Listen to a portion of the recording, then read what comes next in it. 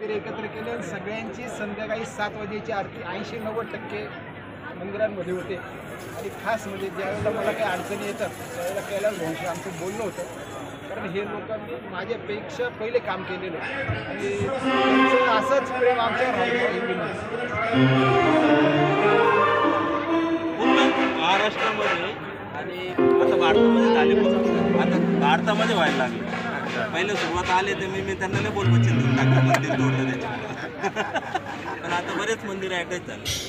मंदिर विश्वस्त समिती म्हणून त्यांनी स्थापन केली पहिले आम्हीच होतो लोक आता 1000 हे म्हणजे त्यावेळेला तुमची सुरुवात 100 मंदिर पण लोकांना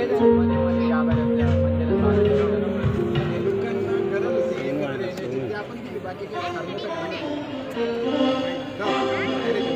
हे असे छुपे काम करत राहावं लागतं वैद्य साहेब छुपे काम करावं लागतं